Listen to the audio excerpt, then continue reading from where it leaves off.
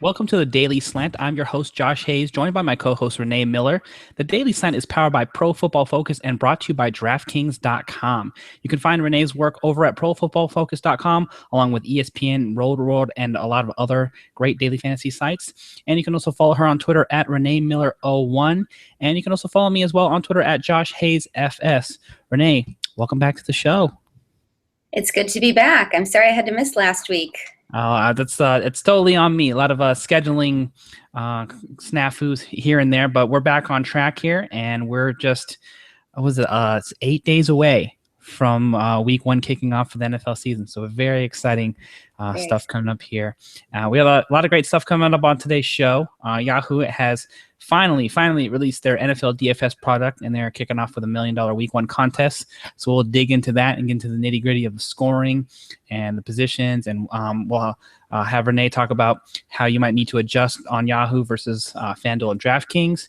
And we're going to continue on with Renee's article series. Jonathan Bales did a nice job stepping in there and commenting on her 4 downs to DFS series on the second down article. So we'll pick it up with the third down article, which focuses on RB2, RB2, and the flex position. So we'll get into that. And then we'll also talk about slot receivers and natural punt plays and things of that sort coming up, along with any other projects that Renee has coming down the pipe. So let's go ahead and get into this here. Renee, what was your initial thoughts when Yahoo put out their NFL DFS product here recently for week one? I will tell you that in a second. You mentioned Jonathan did a great job last week. Absolutely. But I heard something else interesting on the show in my absence last week, and that was the sound of you jinxing Jason Morrow with your, do you remember what you said? You pulled Jeff Cumberland out of thin air as an example for something last week, and then all of a sudden he's a starter. That's so gone. Crazy, right? So as soon as I heard that, I was like, it was Josh. Sorry, Jace. I didn't mean to do that to you. I'll just maybe you can forward my apology since you're in the tri-state area over there for me. So yeah, welcome to fantasy relevance, sort of, kind of Jeff Cumberland, I suppose. Yep, you called it. You heard it here first. Very nice. Yeah. I totally forgot about that. Yeah. So Yahoo launched, and I think they, I really like the clean feel of their interface. NFL looks from a distance exactly like their MLB product, the same type of salary structure, 9 roster spots, $200 per spot, or for your whole lineup, about $22 per spot. And I think that both their roster construction and their scoring, they sort of, it seemed to me, kind of went for a blend between FanDuel and DraftKings. Yeah. So they have the flex, which is great. They don't have a kicker, which is great. Yes. And they went with the 0.5 PPR scoring. Otherwise, I didn't study with a fine tooth comb, but I didn't come up with much else in the way of scoring differences between the sites. Yeah, the only thing I noticed, it looks like they just wanted to slightly tweak. It's still 25 yards per passing point on just like on DraftKings, but I think the largest difference I noticed between DraftKings that we also mentioned on FanDuel is the lack of bonuses that are available on Yahoo. So you aren't playing the home run hitters are going to be a little bit more in play, as we discussed when we broke down the differences between FanDuel and DraftKings. So I guess this scoring lends itself a little bit more to FanDuel's format, where you don't necessarily get burned if you get Roddy White with 4 catches for 98 yards versus T.Y. Hilton with 4 catches for 102 yards. Yeah, right. So that's the one thing that really sort of stood out to me. Other thing that I've sort of noticed here is I really was hoping for 2 quarterbacks there, and then I would actually, I love the flex, and Jonathan Bales had a great point about the flex and how that's a great starting point for people in using that as a building block to find an edge in DFS there. So I really wouldn't want to do away with the flex, but if we could maybe take away a wide receiver, and if it was 2 quarterbacks, I would have loved to see that, and that would have been a great way for them to differentiate themselves. I agree. I was actually a little surprised that they didn't do that. Yeah, because they did 2 pitchers, and I was like, well, if they do pitchers, they've got to feel like maybe this is a good opportunity, given the way they want to present their game, to go 2 quarterbacks. So I was largely disappointed by that. But other than that, it looks like they've got a pretty good product overall kicking off here for week 1. I like the $1 million contest. Obviously, it's got a long way to go to fill, but it's still quite early. And $10 for a $1 million total prize pool is not too shabby for what is, I guess, I don't know if you can call them the clear number 3, but in competition to be the number 3 there with Fantasy Aces and a few of the other sites out there. The one thing I did notice too is that I'm slowly starting to see Yahoo, and this is not necessarily scoring related, but player related, start to pick up the pace in terms of competition, which I thought was severely lacking from like an overall DFS player offering perspective. Did you notice that they've went with a double bonus for season-long players there in their Yahoo game? Yeah. I thought that was interesting, and I thought that was nice, and I think DraftKings countered. I don't know if this was for everybody. I haven't seen this advertised widespread, but have you heard about DraftKings bumping up their bonus deposit bonus to 600? I didn't hear that. I wonder if that's just like an exclusive promo with certain affiliates, or if that's a widespread thing. But I did see that somewhere on Twitter, or for people that run ESPN leagues. Yeah, well, I'm not sure if it was that necessarily, but I think that was sort of like a counter to like a double bonus that's available that Yahoo's offering. I also inquired early on with whether or not the fact that they didn't have like an affiliate program, which is, I think, a strong part of any DFS product or company's offering, because some people just want to get people into the game, but they don't necessarily want to play a ton of volume themselves. So I did actually get an email from Yahoo asking me to beta test their affiliate program, and so I'm in there. But I'll say this: there's not a lot of support going on right now, and they make you sign up with a third-party site. So it would have been just really nice for them to just email me a link. They're like, hey, here's your affiliate link to get people to join week 1, and we'll throw them into your affiliate queue after you sign up. There was none of that. They were like, hey, this is all in beta phase. We're running this with something junction, affiliate junction is, I think it might be called, and details to follow, email this person. I was like, this is probably the worst affiliate program offering that I've done so far. It's never good to start something like that by making it super complicated. Yeah, and putting the onus on these affiliates or players to sort of figure it all out. Right. It's good that they're getting on board with that fact, but this is something I would have had ready at launch if you would understand how important word of mouth and people getting their friends and their coworkers and all their league mates involved in daily fantasy. It's such a huge opportunity. If you see what's been happening with their tournaments, I'm probably sure you took note of this too. They had like a nice big offering when MLB rolled out, and then there was all these free rolls and these contests, and they started to see, wow, we're getting smacked here with a good amount of overlay. We're going to have to tone down what we offer from MLB because we didn't expect people to go running for the hills after we launched this product, and they got a slew of complaints and problems with people in Canada not being able to play, and the lack of no FPPs, no bonus, and all the other things that happen with their site. I still think they're going to get there to a point where they're going to be competitive with FanDuel and DraftKings on all levels. I'm just kind of surprised that they entered the market and had all these components missing. Was that something that sort of resources? Yeah. I was a little bit surprised that they would have all of these things unplugged, and it was like they just decided to live beta test, but open it up to the entire nation. So, yeah. My question to you here is this: if you have a preference between, say, Fantasy Aces or Yahoo, you're gonna play 3 sites or 4 sites. Would you recommend playing both? Would you prefer one over the other, or what's going to be your approach for what you want to do in terms of entering DFS lineups coming into week 1? I'm going to start out playing all the sites, including Draft Day, because they are another 2-quarterback site, and I really like that format. I'm not very rigid about my play. I don't set out ahead of time. I'm going to play these 4 sites and this many contests and this many lineups, and I kind of let the week guide me, because there's going to be weeks when I feel a lot better about my lineup on Fantasy Aces than I do on FanDuel, and it's going to make a lot more sense for me to play more money on Aces than I do on FanDuel that week, and that'll shift the next week. So I kind of let the matchups and the pricing from site to site guide where I distribute my play from week to week. That's an excellent point that I hadn't thought about, because I'll play a little bit everywhere, but I will work a lot harder on some sites than others, just because I feel like it's better. It just suits my philosophy for the week better.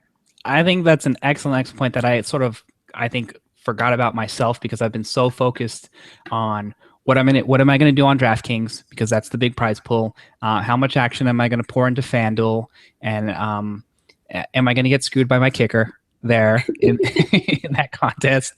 And then how much action do I want to put on Yahoo, because Yahoo's my favorite season-long site, and I really want to root for Yahoo. And I love the clean interface between checking your season-long leagues and just flipping a button on their app and then getting right. That's the best, I think, out of so great.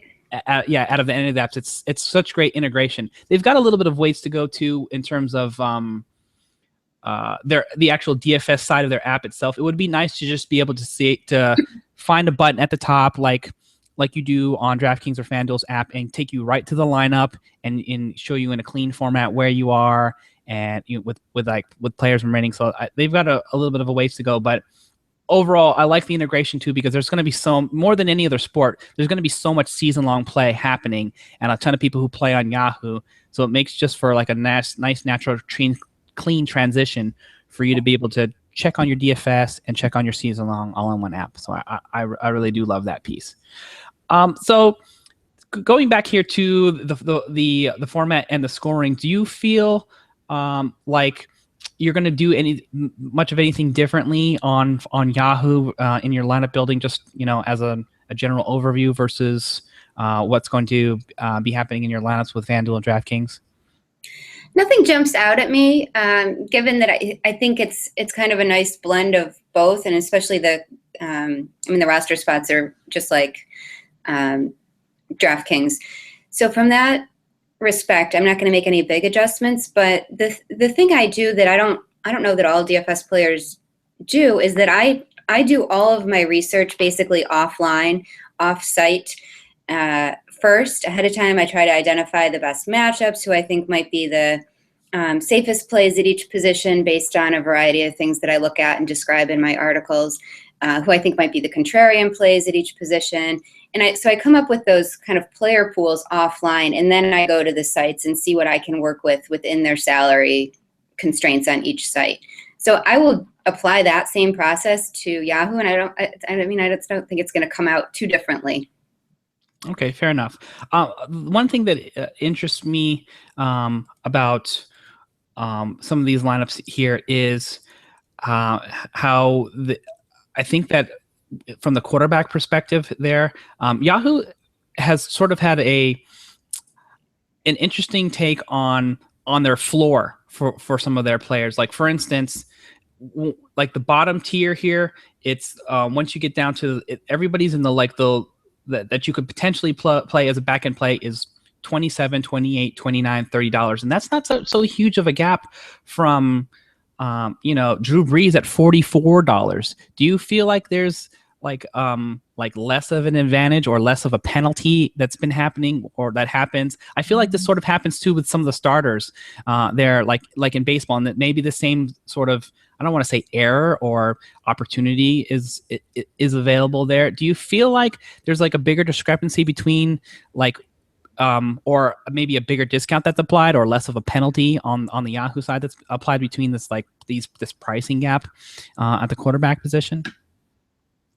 I think it's I think when you look and you say, that's not a big enough discount for me to take this, hack quarterback. For sure. Ryan Fitzpatrick, Tyrod Taylor, whoever's going to, Kirk Cousins. Right. I think it might drive people to the top more. Sure. But again, this is, and I don't want to make it seem like I'm not price conscious on the sites and looking for inefficiencies on the sites, but I think it's better to identify who you think is the best player before you look at the salary, because it's really easy to let salary tell you who the best players are.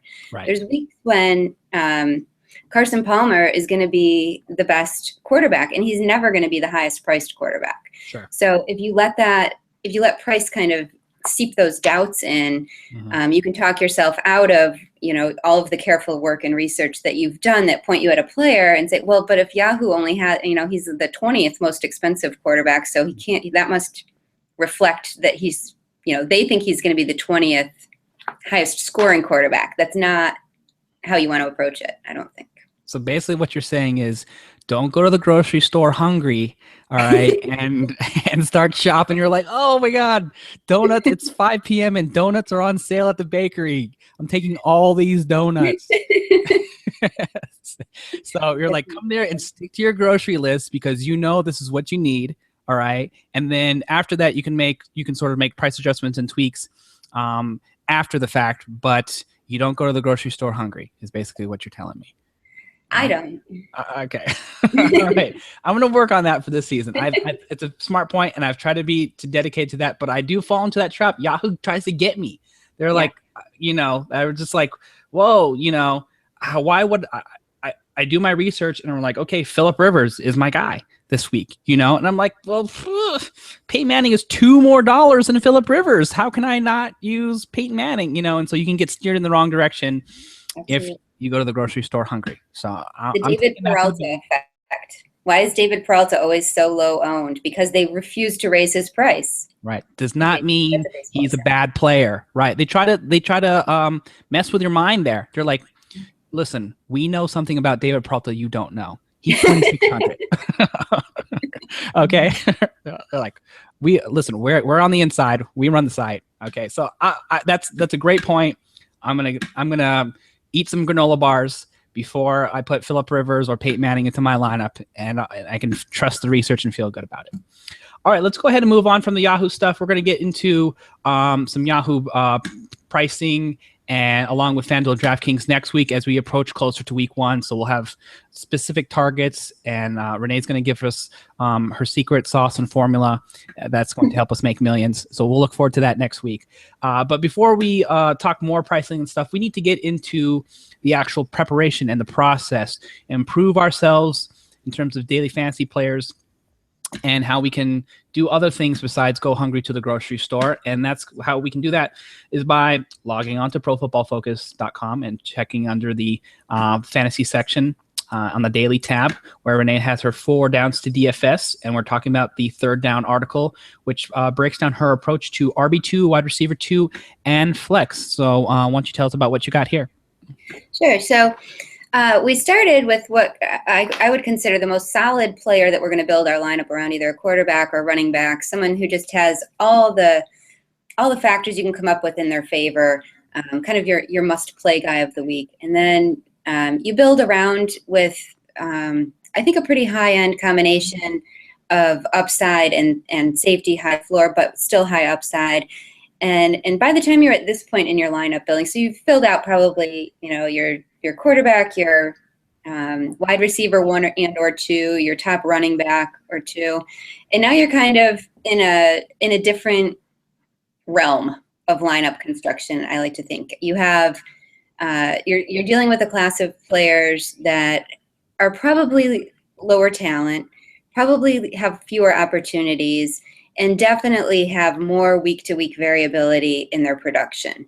So getting these guys right is really important. I can't emphasize that enough, that when you get to this part of the lineup, don't just think, oh, all these guys are kind of crappy and therefore the same. Any one of them will do. Right.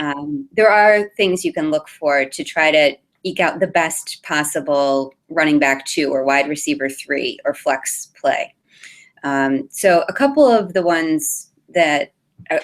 things that I like to do is go with a pass catching running back. And there aren't as many, I feel like, as there used to be. Or, I mean, if you look at pass catching running backs or receptions sorted by position receivers, Fred Jackson, new Seattle Seahawk, Fred Jackson, Yes. who left, sadly. I'm from upstate New York, and Western New York, literally mourning. Everyone loves Freddie Jackson. Yes. But, I mean, if you look back, you can't remember Fred Jackson doing anything really awesome last year. He was the third best running back in receptions, third leading running back in receptions last year. So there's a pretty big drop-off from the Matt Forte and Le'Veon Bell on down. You get guys like Roy Halou in the top 10, and Shane Vereen, obviously. But those guys are typically very low priced. And especially on a PPR site like DraftKings, my first target is a pass catching running back for my second slot. Particularly if the game flow and defense kind of support that type of play. Another thing that I look for in my kind of lesser wide receiver tier, wide receiver 2, or especially wide receiver 3, is kind of the pure upside receiver. So those big breakaway plays, and I've used PFF. PFF has deep passing data in their signature stats section of the fantasy tab, where you can look up deep passing by quarterback and by receiver, and trying to find those pairs. It's not just the receiver who's prone to catching deep balls, who's maybe really speedy, and that's just what he does, runs the deep route. You definitely want that guy, but you also want to make sure that he's working with a quarterback that supports enough volume in the deep passing game to provide some value. So it doesn't help you to have a wide receiver who gets a fair amount of deep targets if his quarterback only throws deep passes 8% of the time or something. I mean, at least it could help you, but you're not playing the probabilities if you're doing that. So I like to look at the quarterbacks that throw deep balls a high percentage of the time, are pretty accurate when they do it, and have a wide receiver who doesn't drop them. So coming up with that sort of mountain of evidence can sometimes point you in the direction of a wide receiver that you would otherwise ignore. And as I say some of these names, you're gonna wrinkle your eyebrows maybe, but guys that stand out like this, that are very low priced, which is probably what you're looking for at this point in the roster construction process, are going to be guys like Travis Benjamin. Oh yes. Yeah, catches a lot of deep passes. Guys like Kenny Britt. Mm-hmm. Guys like Justin Hunter, who has a lot of other questions surrounding him, and certainly is no friend to the DFS world after last year. But John Brown comes to mind, but I think he's like probably going to be higher priced this season, and he took himself out of sleeper status after he started roaming with Carson Palmer, and is now like more of a popular actually wide receiver 2 play. But last year he was like the big splash guy. Absolutely. Yeah, right. Dante Moncrief comes to mind there as well. Who am I missing in Buffalo that had a string of I'm thinking about Robert Woods. Yeah. Robert Woods too. Is a Travis Benjamin type, but a few of these players have new quarterbacks this year. They actually see an upgrade in quarterbacks that do throw the deep ball a little bit more often, and these are just different ways that you can work with the probabilities a little bit. So it's true, any receiver can have a big play any game, but if you can identify a receiver who doesn't drop long balls, look at the drop rate, look at the catchable passes thrown longer than 20 yards and how many times the receiver dropped them, and has a quarterback that's willing to make those throws a higher percentage of the time than average, you can kind of stack the probability of getting that big play in your DFS lineup. I think that's a great plan. My sort of to add to that signature stat plan for who you should maybe potentially play in your wide receiver 2 or flex spot, is I would like to take the cornerback matchup associated with your home run play. You've taken a look at the long passing stats from the quarterback and wide receiver, and you've sort of narrowed those options down. And if you need a tiebreaker, you can look at the slot corner matchup or the number two wide receiver corner matchup in that spot, and then find the lowest ranked player or the lowest graded corner, which obviously Pro Football Focus does a great job with their grading system. So you're going to be able to clearly identify maybe the best potential matchup for a weak secondary in that spot. So that's my game plan going into wide receiver 2 there. Anything different specifically we should do when approaching the flex versus RB2 and RB2 in particular? So it'll depend partially if you're able to identify players that you really like in the RB2 and wide receiver 3 spot that are inexpensive, and that will allow you maybe I like to leave a little bit more money when I'm in the flex spot, to see what I can work with, who I may have missed out on earlier in my roster construction process that I can come back and now fit in because I've been able to save elsewhere. The things that you want to do with the flex spot is, one just sort of practical thing is when you're afforded the flex spot in a site that has late swap like DraftKings, you want to put a player in a later game in there just because just in case, and it doesn't happen very often, but if some late breaking news happens that a player that you have in the Sunday night game all of a sudden won't play, if that player's in your flex spot, you have the opportunity to replace him with a lot more options than you would if he was locked into a receiver or running back slot. Just a little practical advice. That makes a lot of sense to me. It's something I haven't employed necessarily in my flex, but I usually, if I have a bunch of money, I'm like, ooh, okay, which upside running back, or can I sneak a back end wide receiver 1 into the spot? And I have paid less attention to a potential guy that you could roll in on Sunday night or Monday night for I say, well, don't choose it based on when the guy plays. You want the best player, right. But if it happens that if you have somebody in your wide receiver 1 slot that plays in the Monday night game, just switch that out. Oh, okay, got it. You know what? That's a great point there. Rather than leaving late games just for that purpose. Right. Yeah. So you could just give yourself extra flexibility. That's a great tip that I haven't necessarily employed probably as much as I should have.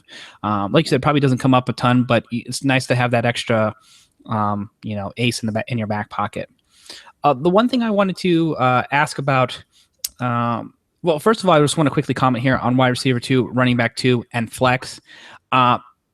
This is my potential prediction for what's going to be happening with these large field GPPs and milli makers and such.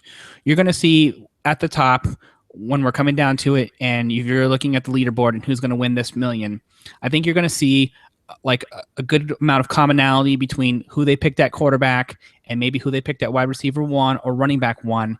But this article here, your third down article, to me, I think is going to be the swing positions where somebody makes $1 million or gets second place. I think you're going to see people win or lose in RB2, win or lose in wide receiver 2, win or lose in flex, and maybe like defense if they went really cheap and hit a home run with somebody who's with a defense who returned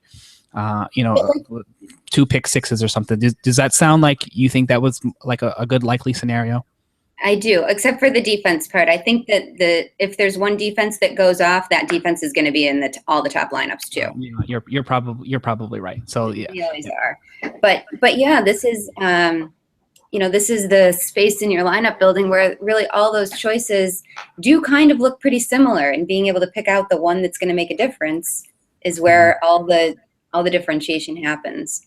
Yeah. So I'm just saying, just to hammer home that point here. I think VPPs and tournaments, and to a lesser extent, like in cash games, can be won or lost in these 3 spots at RB2, wide receiver 2, and flex. These might be more important spots than who you anchor at your quarterback position, because chances are you've got a good amount of research, and it's a lot easier for people to filter out the top quarterback plays or the top value plays in those spots, because it's a much tighter group I think generally speaking, unless you're going completely out of the box with a home run type play. But this is where I'm going to take a lot of extra time and focus and try to nail down some of these guys here in these secondary spots that can help you vault to the top of the standings when you're playing these tournaments.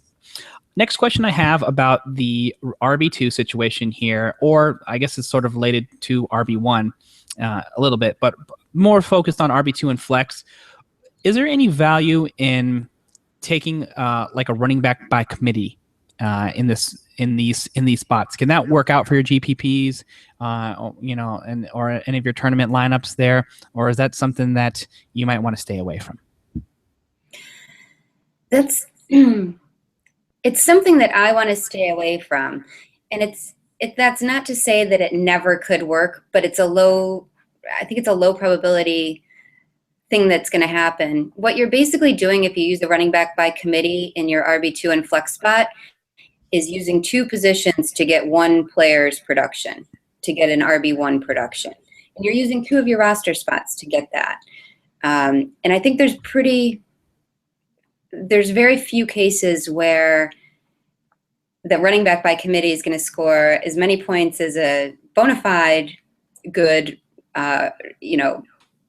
bell cow running back, last year Marshawn Lynch, DeMarco Murray type, plus that of whoever you were going to put in your flex spot, be it a pass catcher or I almost always put a pass catcher in my flex spot on DraftKings because of the PPR. Sure. But so if you're trying to go with a pass catching running back and a goal line running back and double dip that way, it just, so many things have to go so right for that to pay off. And you're using two spots.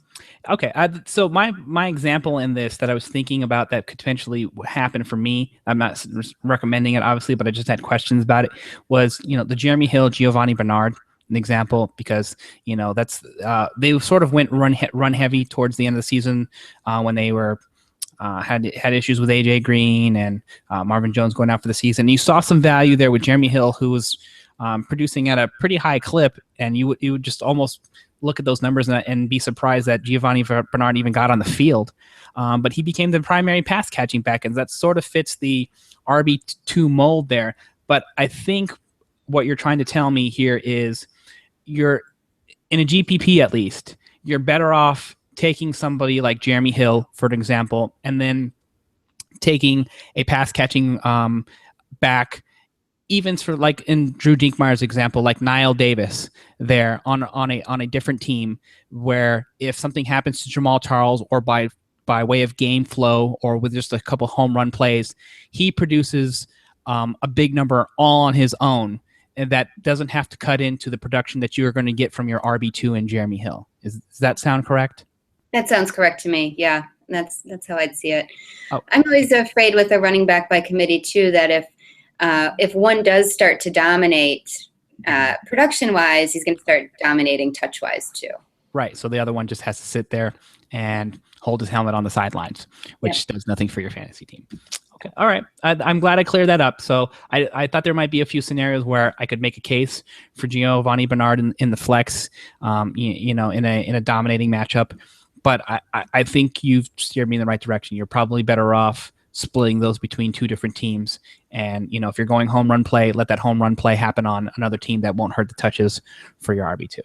Yep. Or if you think that that Giovanni Bernard is the better option, you feel a little bit stronger about him, then go with another, RB2 other than Jeremy Hill. Three down running back in your RB1 spot. Okay. Makes a lot of sense there. So sort of related here, but we're talking about wide receivers this time.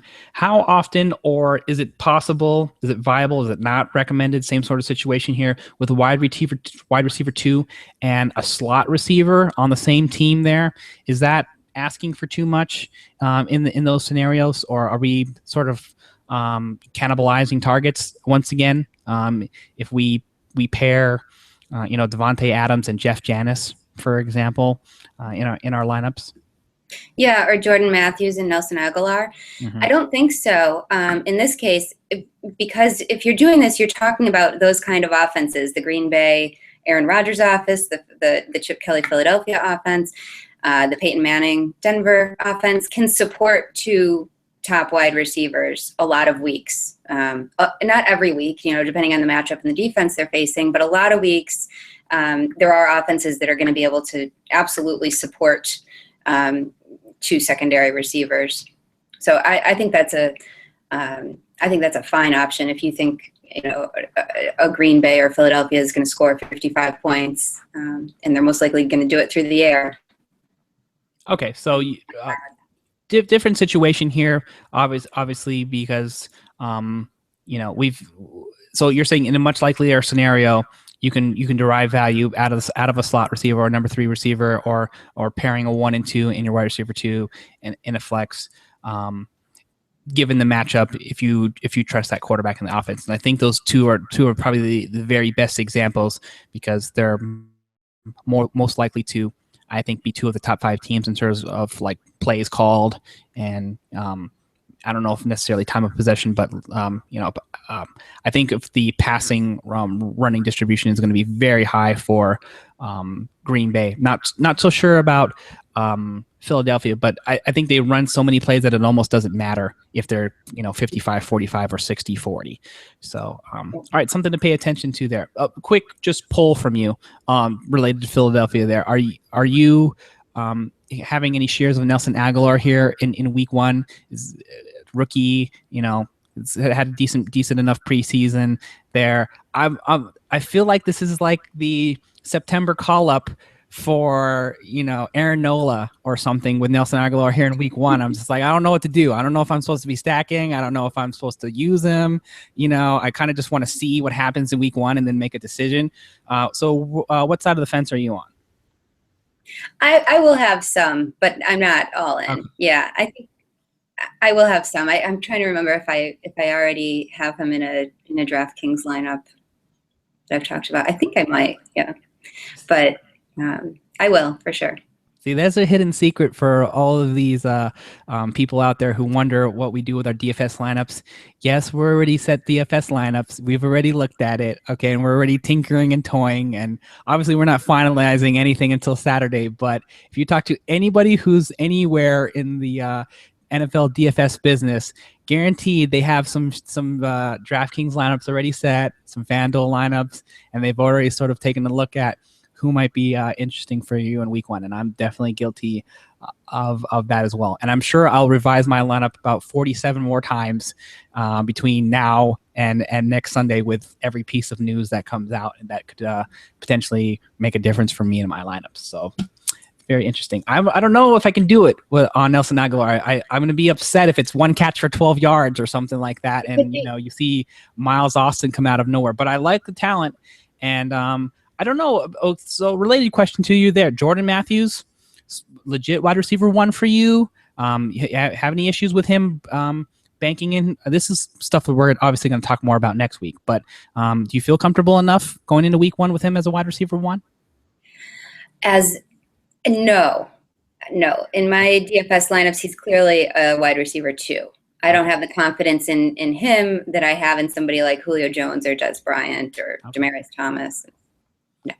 I think what we're sort of just, as we continue to tease and previews next week's show, there's going to be a lot of value in sort of what's been churning and handing over from the running back spot per se, and with the fact that, I mean, at least according to Jonathan Bales and the lineup, the Fantasy Labs lineup optimizer, you don't have to use Aaron Rodgers or Andrew Luck in week 1 and get top level production. So there's going to be some opportunities to save some money at quarterback. There's going to be a lot of opportunities to save some money at running back, and it's going to be almost a must or quite easy for you to book like a lock, Demaryius Thomas, Julio Jones, Odell Beckham Jr., top wide receiver 1. Does that sound like a similar formula for you coming into next week? Yeah, and pricing is pretty soft too.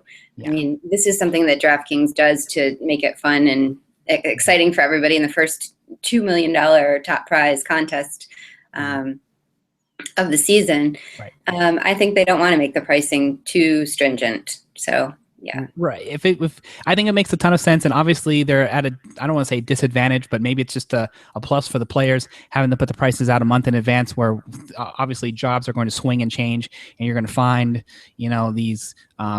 these plays that are low salary owned, and like the Tyrod Taylors, and I'm not recommending Tyrod Taylor obviously, but similar examples, people who didn't necessarily have starting jobs all of a sudden are relevant at 4,500 or 5K or less or something like that. So exactly. And that's good for the casual fan there as well. You want it to be like, oh, simple process. You know what? I like these 3 or 4 guys and are all in my lineup this week. This is, a nice experience for them. If they have to struggle and feel like they're squeezing so many, it's like a fine line. I understand that you and a lot of, DFS hardcore players don't want the pricing to be too soft, because you feel like there's going to be a lot of lineup overlap and less of an edge. But at the same time, you've got to do what you can to make it a smooth transition for the casual players who are trying to get involved into the game in week 1. On the contrary, actually, I think that the soft pricing leads to less overlap.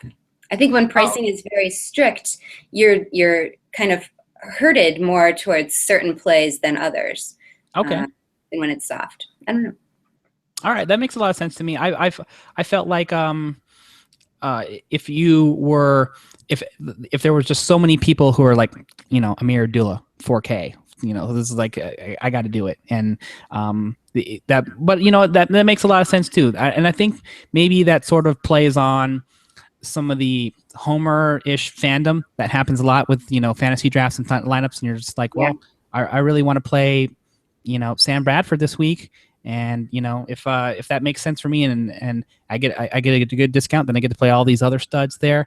It'll sort of help you customize the lineup that you feel comfortable about, or maybe that replicates some of your season lineups in a nice fashion, because a lot of these guys will be affordable. So, all right. So right. That's not how I approach it, though. I don't either. As you may remember, if when you watched the show last week from Jonathan Bale, so it's like, I'm gonna wait for the day that the lineup optimizer comes out and there's a Brown in there. Yes, I heard that. That's gonna shut down when that happens. Right. Or people are gonna go to Jonathan and be like, Jonathan, can you fix the lineup optimizer, please? There's something wrong with it. Okay, I'm gonna take a picture of it and I'm tweeting it to Jonathan the day that it happens. But I don't think I'm gonna go 0 for 17. That's my prediction. 0 for 17 on the default lineup optimizer, having a Brown in the lineup here. So something to pay attention to as we go along this season. All right, couple quick questions before we run out of here, Renee.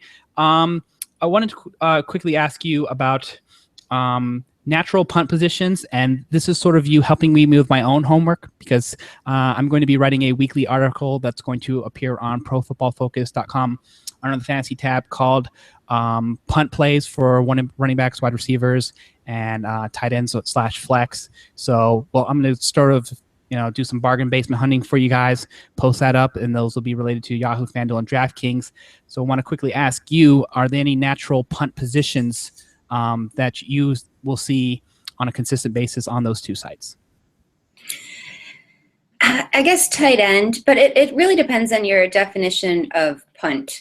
So if we use punt to mean cheap, I'll say, running back 2, wide receiver 3, tight end, sure. But if you use punt as in, screw it, I don't care, anyone will do, which is, I think a lot of people use it, vernacularly that way.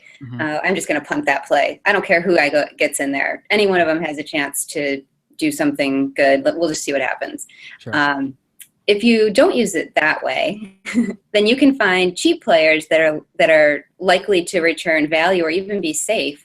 But yeah, I mean, tight end is the place that I would say you can spend the least amount of money and have some reasonably high predictability in what you're going to get out of it. That what you might get out of it is fairly low. You might be very confident in getting 5 fantasy points, which isn't fantastic, but you're reasonably sure it's not going to be 0. So there's different definitions of punt, I think, and I think we have to be careful with this mentality of just kind of throwing caution to the wind and using whoever's inexpensive. Right. And I think even for my personal approach with this article, I want to get you into the best upside player that that makes sense given the projection that's available to us on Pro Football Focus and a Lamp Optimizer, and the defense that's attached to it along with the price. And I'm going to try to set a level but a flexible cap in terms of what I consider punt pricing, because there's like a fine line between punt and bottom mid-level prices there. But I think tight end for me is sort of something that fits that description, and I think defense is also a natural position too, where people will slide down various scales in the price, because there's often a small gap between like the 8th price defense and the 15th price defense there, and you can sort of, people I think throw darts maybe in that spot along with tight end more than anywhere else.